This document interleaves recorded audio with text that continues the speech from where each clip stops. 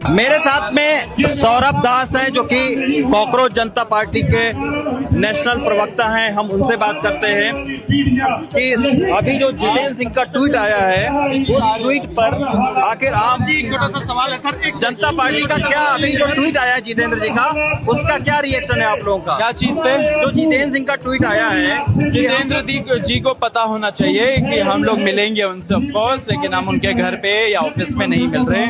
एक न्यूट्रल जगह या जंतर मंतर वो आ सकते हैं, अगर बात करनी है तो सरकार को चल के आना पड़ेगा।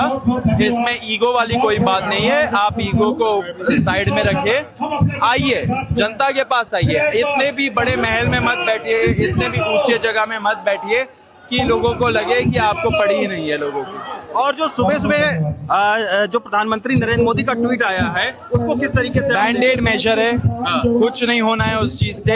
हमारा सबका क्लियर है कि धर्मेंद्र प्रधान का इस्तीफा चाहिए सर, उससे नीचे कुछ नहीं है, कुछ नहीं हो सकता।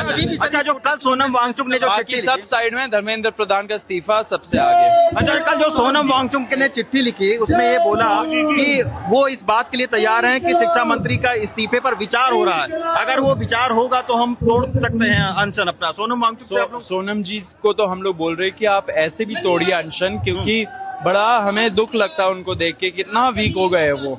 हमें बहुत कंसर्न है उनका हेल्थ का, एंड उनका जो हंगर स्ट्राइक रहा है इतने दिनों का, उसको हम वेस्ट नहीं जाने देंगे।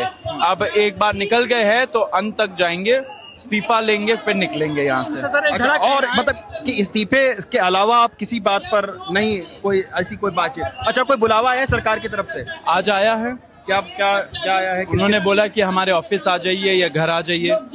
हम चल के, जनता चल के उनके घर तक नहीं पहुंचना चाहिए। अब बोलिए, अब वो बोलते हैं कि मार्च मत निकालिए, हम अब बोल रहे कि हमारे घर आ जाइए। हम मार्च करके पहुंच जाए क्या उनके घर? उनको समझना चाहिए कि ईगो साइड में रखिए, ईगो साइड में रखिए, लोगों के पास आप आइए, लोगों को अच्छा लगेगा, लोगों को कॉन्फिडेंस आएगा कि सरकार उनके पास आ रही है। It is outreaching to them.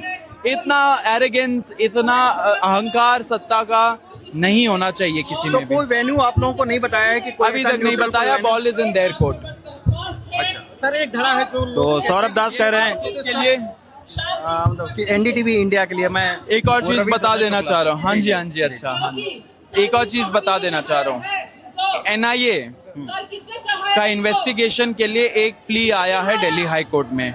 उन्होंने बोला कि एनआईए को इन्वेस्टिगेट करना चाहिए कॉकरोच जनता पार्टी को, इन प्रदर्शनकारियों को।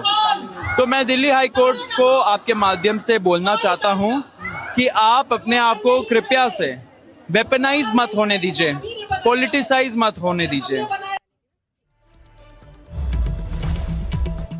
और इस बीच एक और बड़ी खबर, सीजेपी ने सरकार का प्रस्ताव ठुकरा दिया है।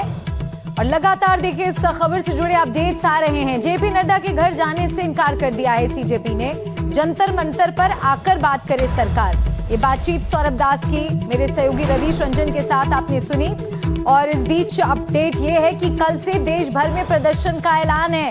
कल से देश भर में प्रदर्शन किया जाएगा राष्ट्रव्यापी। इसे एक नेशनल प्रोटेस्ट के तौर पर इसे अब आगे बढ़ाया जा रहा है। और सीजेपी ने कहा है कि एक न्यूट्रल जगह पर सरकार बातचीत करे। कल से देश भर में प्रदर्शन का ऐलान है। अपनी मांगों पर अभी भी सीजेपी अड़ी है, बातचीत के लिए तैयार है, लेकिन जेपी नड्डा के दफ्तर या आवास पर जाने से सीजेपी ने इनकार कर दिया है। न्यूट्रल जगह पर बातचीत का प्रस्ताव सीजेपी ने रखा है।